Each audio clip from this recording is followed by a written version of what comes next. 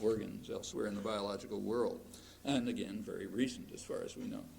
Well, take this kid, Peter, again. Imagine that Peter's an infant, say, just born, and has a pet kitten and a pet chimpanzee or whatever you like. They're going to go along certain courses of growth and development, which are partially similar and partially different.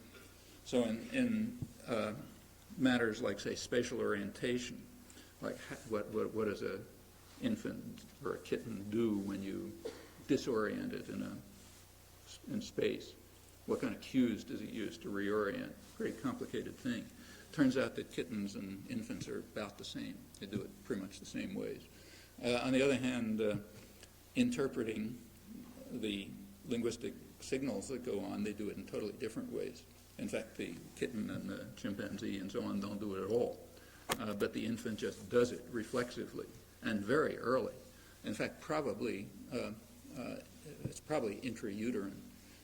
As early as you can do it, the experimental techniques are getting better and better, and as you do experiments with younger and younger infants, it turns out they already know almost anything you can test.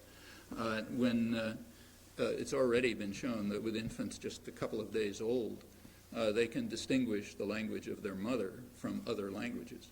And it happens in very strange ways when you start comparing the languages that they identify and don't identify. So something's going on pre-birth, which is already setting the language faculty in motion and in specific ways. By the time the infant's a couple of months old, long before it's producing anything, it's already got the main intonational structure of the language fixed, knows whether it's Polish or Japanese and so on, and a little later all sorts of other things. Well before children are talking more than, let's say, one word or two words, they're understanding quite complex sentences, and you can show that experimentally. They can even determine the meaning of nonsense words from complex utterances and so on. And all of this stuff is just happening. It's not anything the child is learning any more than the child is learning to have arms and legs. It's just a form of growth.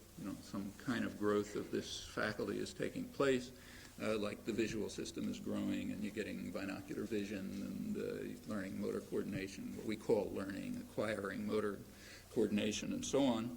These are apparently just things that happen to a child and don't happen to other organisms that have the same experience, like the child's pet chimpanzee.